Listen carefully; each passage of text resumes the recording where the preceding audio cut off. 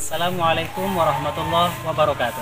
Saya Muhammad Tanwir, mahasiswa PPG dalam jabatan Det 1 tahun 2023 LPTK IAIN Palangkaraya akan melakukan pengambilan video pembelajaran secara real pada hari ini tanggal 24 Agustus tahun 2023. Pengambilan video pembelajaran real ini dilakukan sebagai pemenuhan tugas dalam ujian kinerja di PPG Daljab tahun 2023 pada saat ini.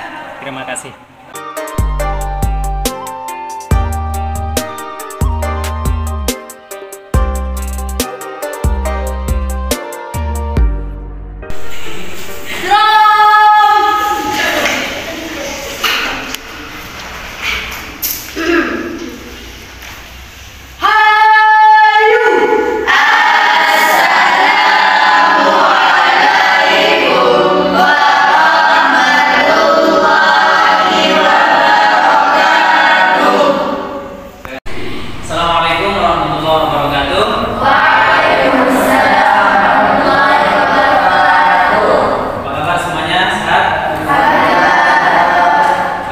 Teman-teman sekalian, sebelum kita mulai proses pembelajaran, saya minta ketua kelas untuk memimpin doa terlebih dahulu. Silakan ketua kelas.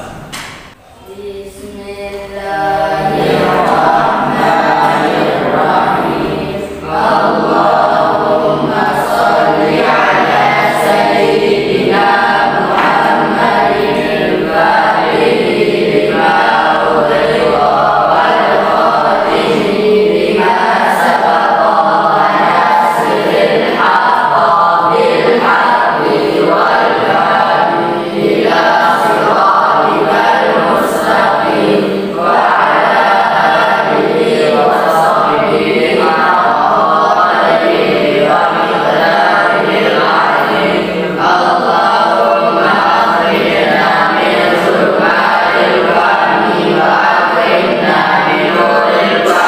lima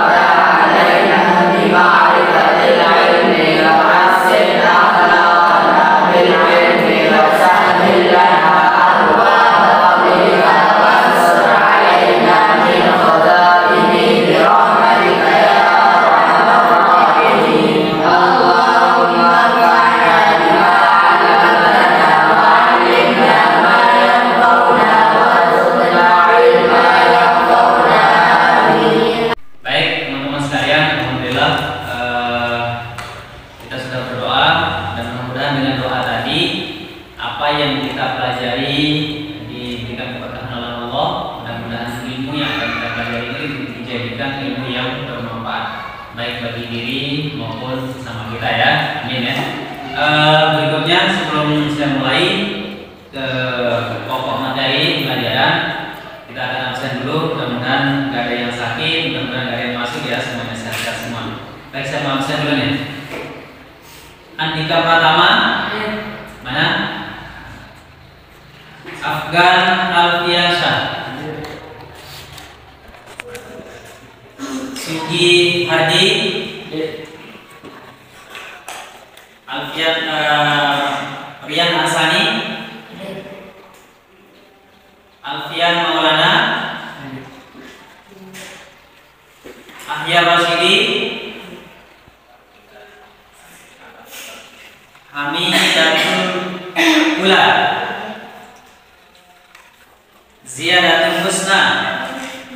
Baik teman-teman sekalian, alhamdulillah kita tadi sudah membuka dengan doa pas pembelajaran kita, lalu kemudian kita sudah absen. Alhamdulillah wa syukurillah, nggak ada yang sakit, nggak ada yang masuk semua. Jadi di pertemuan kita kali ini kita masih dalam materi pokok Nabi Muhammad SAW sebagai rahmat bagi seluruh alam semesta, dengan sub materi strategi dakwah Nabi Muhammad SAW di Makkah. Nah, sebelum ini kemarin kita sudah mempelajari tentang bagaimana dakwah Nabi Muhammad SAW. Saya ingin sedikit mengingatkan kembali, kita coba bangkitkan ingatan kita tentang materi sebelumnya terkait dengan riwayat hidup dan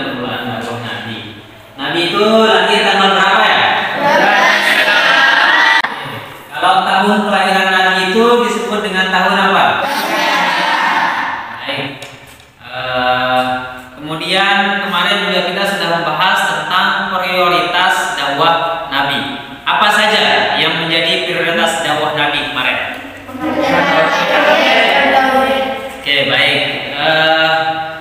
Kemudian respon masyarakat Mekah terhadap dakwah Nabi? Menolak dakwah Nabi. Nah, itu materi yang kemarin sudah kita bahas sebelumnya. Nah, kali ini kita akan masuk ke materi baru terkait dengan strategi dakwah Nabi. Karena ini temanya masih sama di materi pokoknya tentang Nabi Muhammad SAW sebagai rahmatan lil alamin. Dengan materi yang ketiga ini yang akan kita bicarakan adalah tentang strategi atau cara dakwah Nabi Muhammad SAW di Makkah. Sehingga tujuan pelajarannya masih sama. Agar dengan belajar ini mudah-mudahan kita mampu menganalisis misi dan strategi dakwah Nabi Muhammad SAW di Makkah. Poin pembahasannya di strategi itu adalah tentang dakwah Syria dan dakwah jaharnya Nabi. Sedikit saya ingin tanya, kalau Syria itu apa artinya? Sembunyi. Jadi itu soal strategi dakwah. Kemudian yang kedua, nanti bagian dari materi tentang strategi ini adalah peristiwa hijrah. Habasyah itu kalau sekarang itu Ethiopia, Habsyi. Kemudian perjanjian Aqabah. Nah, kelompok 3 nanti akan bahas tentang itu, Aqabah 1 dan Aqabah 2. Oke. Sebelum kita akan pada bagian kelompoknya, kita akan coba mengamati baik gambar maupun video. Yang pertama kita coba mengamati gambarnya dulu. Nah, ini tentang gambar ilustrasi bagaimana strategi atau pola dakwah Nabi Muhammad. Di atas ini adalah fase awal dakwahnya Nabi, yang berarti itu adalah masih dalam pola dakwah sembunyi. Yang kedua ini menggambarkan tentang dakwah Nabi yang terang-terangan. Oke, berikutnya. Nah, kalau lihat perjalanan seperti ini, kira-kira ini gambar yang menunjukkan apa? Apa? Ya, oke, betul. Berikutnya kita akan mengamati video. Mudah-mudahan dengan pengamatan video ini kita bisa diberikan gambaran terkait dengan materi yang akan kita bahas di masing-masing kelompok.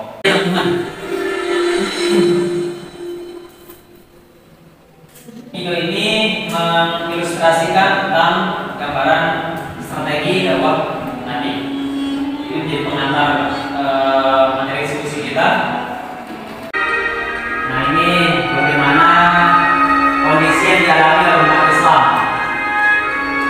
Setelah itu, sekarang kita akan membagi kelompok dengan masing-masing tema untuk memperdalam kajian kita tentang strategi dakwah Nabi. Kita sudah mengatur tempat duduk sesuai kelompok. Ini kelompok 1 ya. Ketua kelompoknya nanti Datul ya. Terus kelompok 2 yang cowok-cowok. Kelompok 3-nya yang campuran. Campuran ganda putra dan ganda putri. Oke, baik. Ini kelompok pertama sesuai dengan kita sampaikan tadi akan bahas tentang pola dakwah Nabi ya.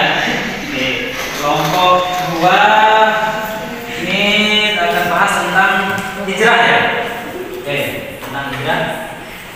Ini kelompok 3 akan bahas tentang perjanjian Aqabah. Oke. Nanti akan saya berikan kertas dan tulis apa yang menjadi kajian kelompok kalian bersama ya. Jadi setelah ini kita akan masing-masing kelompok akan mempresentasikan hasil kajiannya. Baik, selamat bekerja.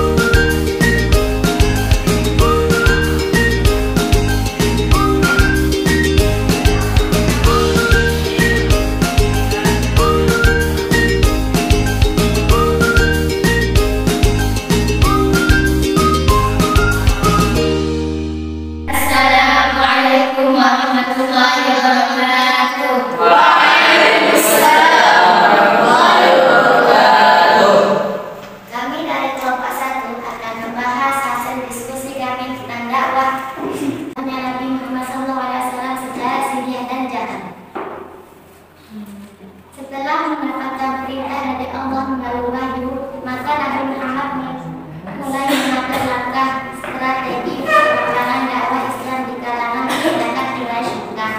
Langkah awal yang beliau ambil adalah melakukan dakwah secara rahasia atau sembunyi-sembunyi di lingkungan keluarga dan sahabat-sahabat beliau yang bisa dipercaya.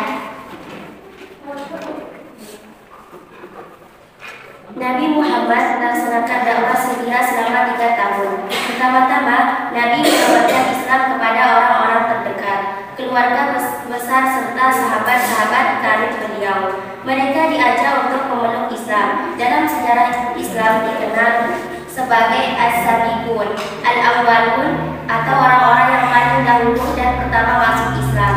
Mereka adalah: pertama, Khadijah binti Ummu Mukmin, istri Nabi Muhammad SAW. Kedua, Zaid bin Harits bin Syarahil. Ketiga, Ali bin Abi Thalib, sepupu beliau. Keempat, Abu Bakar As-Siddiq, sahabat paling terdekat beliau. Setelah memeluk Islam, Abu Bakar bersemangat dalam berdakwah mengajak orang-orang masuk Islam. Karakter Abu Bakar terkenal sebagai sosok laki-laki yang lembut, diserahi, dan berbudi baik. Para tokoh kaumnya selalu mengunjunginya dan sudah tidak asing dengan kepribadiannya karena kecerdasan, kesuksesan dalam berbisnis, dan pergaulannya yang luas. Melalui dakwah beliau, beberapa sahabat masuk Islam, yaitu Utsman bin Affan al-Uwawi, kedua Az-Zubair bin al-Awwam al-Asadi, yang ketiga Abdurrahman bin Auf, yang keempat Sa'id bin Abi Waqqas az-Zurriyan, dan yang kelima Thalha bin Ubaidillah as-Timi. Kemudian turunlah wahyu yang memerintahkan Nabi Muhammad untuk menyampaikan dakwah secara terang-terangan dan menentang kebatilan kaum Quraisy dan menyerang dakwah mereka. Dua, dakwah terang-terangan atau jihad. Ketika berita dakwah terang-terangan turun, Nabi Muhammad mengundang Abu Hashim dan beberapa orang Bani Muqaddad bin Al-Hanaf. Nabi menyeru kepada kaumnya menyembah dan berserah diri kepada Allah. Namun semua kerabatnya menentang Rasulullah. Hanya Abu Thaliblah yang tidak menentang. Dia tidak masuk Islam, tetapi dia mendukung dakwah Nabi Muhammad dan melindunginya dari gangguan kaum kafir Quraisy. Setelah Nabi merasa yakin terhadap dukungan dan janji Abu Thalib untuk melindunginya dalam menyampaikan wahyu Allah, beliau berdiri di atas Syam dan berseru, "Wahai semua orang!" Maka semua orang berkumpul memenuhi seruan beliau. Lalu beliau mengajak mereka kepada tauhid dan imam kepada risalah beliau serta imam kepada hari akhir. Ya, hasil diskusi kami yang telah kami sampaikan. Apakah ada yang mau bertanya? Kami persilakan kepada kelompok 3. Tadi kelompok 1 sudah menjelaskan tentang strategi dakwah Nabi di Mekah, yaitu dakwah sirriyah dan jahar. Coba jelaskan inti dari dakwah sirriyah dan jahar Nabi. Baiklah, Nabi SAW berdakwah dengan 2 cara. Yang pertama, berdakwah dengan sirriyah. Langkah awal yang Nabi lakukan adalah sembunyi-sembunyi. Ini dipilih karena mengantisipasi reaksi orang-orang Quraisy yang belum bisa menerima ajaran yang berbeda dengan keyakinan mereka dan pertimbangan pengikut Nabi yang masih sedikit.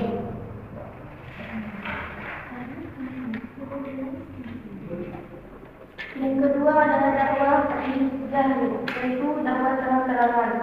Setelah Nabi merasa yakin terhadap hukuman dan janji Abu Thalib untuk melindunginya dan menyampaikan wahyu Allah, beliau berdiri di atas Safa lalu berseru, "Wahai semua orang!" Maka semua orang berkumpul memenuhi seruan beliau. Lalu beliau mengajak mereka kepada tauhid dan imam kepada risalah beliau serta imam kepada hari akhir. Dari yang ada di situ, Abu Lahab akan bicara, "Celakalah engkau ibu selama-lamanya. Untuk ini kamu mengumpulkan kami." Lalu turun surah Al-Lahab. Sejak itulah dakwah Nabi terdengar seluruh Mekah. Kemudian turun ayat surah Al-Hijr ayat 94 yang memerintahkan berdakwah secara terang-terangan.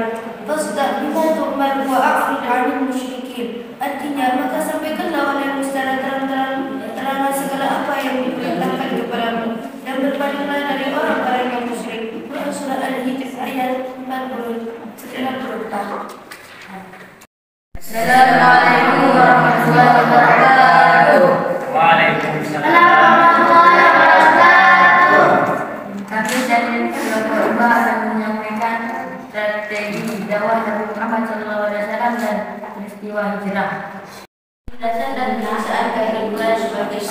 membuat Nabi Muhammad SAW dan pengikutnya bersedia untuk menyelamatkan diri. Dalam kondisi tersebut, turunlah ayat Al-Quran dalam surah ayat 10 yang berisi perintah hijrah.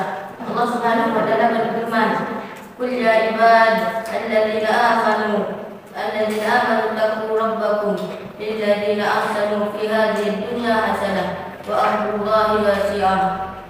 Innama yuwaffas sabirun ajrahum bighairi hisab." Yang artinya, katakanlah hai hamba-hambaku yang beriman, bertawakallah kepada Tuhanmu. Orang-orang yang berbuat baik di dunia ini memperoleh kebaikan, dan bumi Allah itu adalah luas. Sesungguhnya hanya orang-orang yang bersabarlah yang dicukupkan pahala mereka tanpa batas. Nabi Muhammad SAW memerintahkan kaum muslimin agar hijrah ke Habasyah karena Raja Habasyah Asyimah An-Najasyi adalah seorang raja yang adil. Maka bulan Rajab tahun ke-5 Hijriah, hijrahlah kelompok pertama terdiri dari 12 orang laki-laki dan 4 orang perempuan. Pemimpinnya Utsman bin Affan yang hijrah bersama istrinya Sayyidah Ruqayyah Rasulullah SAW dan hijrah ke Habasyah terjadi 2 kali. Ruqayyah kembali bersama suaminya Utsman bin Affan bergabung dengan kelompok hijrah kedua. Hijrah ke Taif. Pada tahun ke-10 kenabian, Nabi Muhammad SAW kehilangan 2 orang yang dicintainya, yaitu Siti Khadijah, istrinya yang selalu bersamanya dalam menyebarkan Islam, dan Abu Thalib, pamannya yang selalu melindungi dan membelanya dari ancaman kafir Quraisy. Tahun tersebut dinamakan tahun kesedihan Al-Hizn. Setelah meninggal keduanya, orang-orang kafir Quraisy semakin berani mengganggu dan menyakiti Nabi Muhammad SAW. Melihat kondisi seperti itu, Nabi bersama Naib berencana pergi ke Taif, wilayah yang berjarak sekitar 80 km dari tanah suci Mekah. Nabi Muhammad SAW berharap dakwahnya diterima oleh masyarakat Taif, akan tetapi harapan itu tidak menjadi kenyataan karena mereka tidak mau memberikan perlindungan dan bantuan apapun kepada Nabi Muhammad SAW. Demikian hasil diskusi kami tentang strategi dakwah Nabi Muhammad SAW dan peristiwa hijrah. Sebelum kami menutup, apakah teman-teman ada yang mau bertanya? Saya. Kami persilakan ke kelompok 1. Baiklah, tadi kelompok 2 telah menjelaskan tentang strategis dan dakwah Nabi Muhammad SAW dan peristiwa hijrah. Coba bacakan ayat Al-Quran yang memerintahkan Nabi untuk hijrah. Terima kasih kelompok 1 yang telah memberikan pertanyaan kepada kami, dan ini jawabannya. Perintah hijrah pertama kali setelah turunnya Allah SWT, Quran surah Al-Zumar ayat 10 yang berbunyi, Qul ya ibadilladzina amanu taqu rabbakum lilladzina ahsanu fi hadhihi dunya hasanah wa ardullahi wasi'ah innama yuwaffas sabiruna ajrahum bighairi hisab. Assalamualaikum warahmatullahi wabarakatuh.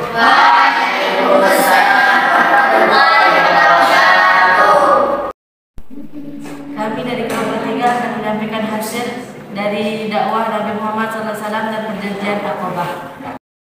Pada tahun ke-12 kenabian bertepatan dengan tahun 621 Masehi, Nabi Muhammad SAW menemui rombongan haji dari Yasrib. Rombongan haji tersebut berjumlah sekitar 12 orang. Nabi Muhammad SAW menyampaikan dakwahnya. Dakwah Nabi mendapat sambutan yang baik sehingga mereka menyatakan keislamannya di hadapan Nabi Muhammad SAW. Mereka melakukan baiat kepada Nabi di salah satu bukit di kota Mekah, yaitu Bukit Aqabah. Maka baiat ini disebut dengan baiat Aqabah pertama. Adapun isi baiat adalah sebagai berikut. 1. Mereka menyatakan setia kepada Nabi Muhammad SAW. 2. Mereka menyatakan rela berkorban harta dan jiwa. 3. Mereka bersedia untuk menyebarkan ajaran Islam yang dianutnya. 4. Mereka menyatakan tidak akan menyekutukan Allah Subhanahu wa taala. 5. Mereka menyatakan tidak akan membunuh. 6. Mereka menyatakan tidak akan melakukan kecurangan dan kedustaan. Demikian hasil diskusi kami tentang strategi dakwah Nabi Muhammad SAW dan kemudian Akobah. Sebelum kami tutupnya, apakah ada yang bertanya? Ya. Silakan kepada kelompok baru. Tadi kelompok 3 telah menjelaskan tentang strategi dakwah Nabi Muhammad SAW dan perjanjian Akobah. Coba jelaskan apa perbedaan perjanjian Akobah 1 dan Akobah 2. Terima kasih kepada kelompok 2 yang sudah bertanya kepada kami. Perjanjian Akobah 1 yang dilakukan oleh Nabi dan masyarakat Yasrib sebanyak 12 orang yang sedang melaksanakan haji di Bukit Akobah. Perjanjian Akobah 2 adalah perjanjian yang terjadi di Bukit Akobah yang berjumlah 23 orang yang meminta Nabi untuk hijrah ke kota Yasrib, Madinah. Baik, kami dari kelompok 3 akan mewakili diskusi kami. Terima kasih atas perhatiannya. Kami akhiri. Assalamualaikum warahmatullahi wabarakatuh.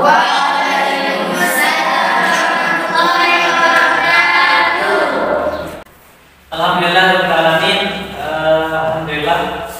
tadi teman-teman sudah menyampaikan hasil diskusi masing-masing, sehingga setelah itu kita memasuki langkah yang terakhir dalam pembelajaran kita. Setelah tadi melewati proses perumusan masalah, dan kemudian teman-teman dalam diskusi tadi sudah melakukan pengumpulan data. Yang ketiga, kemudian teman-teman sudah merumuskan hipotesis atau kesimpulan sementara dari hasil diskusinya itu, dan baru saja melalui presentasi masing-masing kelompok, teman-teman dari kelompok 1 sampai kelompok 3 menyampaikan hasil kesimpulan sementaranya dan dilakukan pengujian terhadap kesimpulan tersebut. Nah, baru kita masuk ke fase terakhir atau langkah terakhir ini, merumuskan kesimpulan.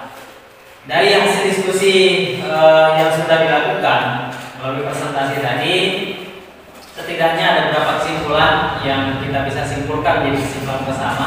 Dan terkait yang dengan tema pertama, dengan pola dakwah Nabi.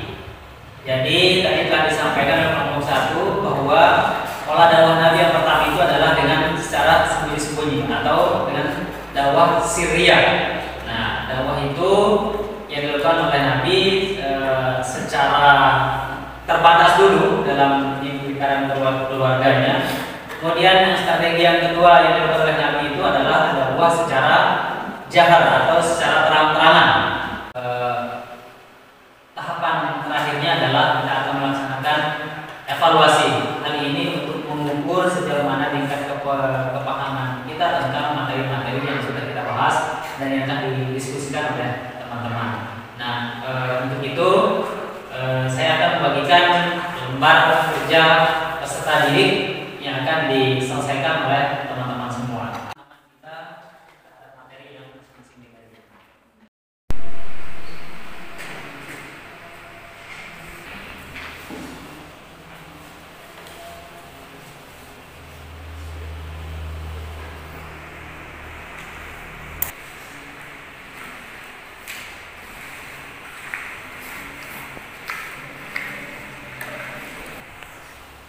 Baik, terima kasih. Alhamdulillah, setelah kita menilai hasil lembar kerja teman-teman, alhamdulillah cukup menggambarkan tentang kepahaman dan hasil analisa teman-teman terhadap materi yang sudah kita bahas. Dan rata-rata nilainya luar biasa, hasil jawabannya luar biasa. Kita hapus dulu tuh, kita semua.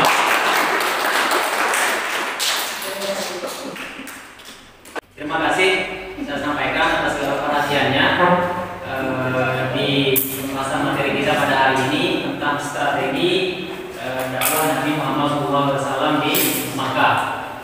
Nah, mudah-mudahan dengan proses pembelajaran ini semangat belajar kita, terutama teman-teman sekalian, akan semakin meningkat. Ketika semangat teman-teman akan meningkat, insya Allah juga hasil dan prestasi belajar teman-teman juga akan semakin meningkat. sebagai penutup dari seluruh kegiatan pembelajaran kita, mari kita tutup dengan pembacaan suratul Fatihah ya, bersama-sama tadi ya, pembacaan suratul Fatihah dengan permohonan yang sama tadi, mudah-mudahan ilmu yang bermanfaat. Dan wabil khusus kita doakan kepada kedua orang tua kita, mudah-mudahan diberikan kesehatan kesehatan, bagi yang sudah meninggal dunia diberikan rahmat dan maghfirah Allah Subhanahu wa taala. Ala hadhihi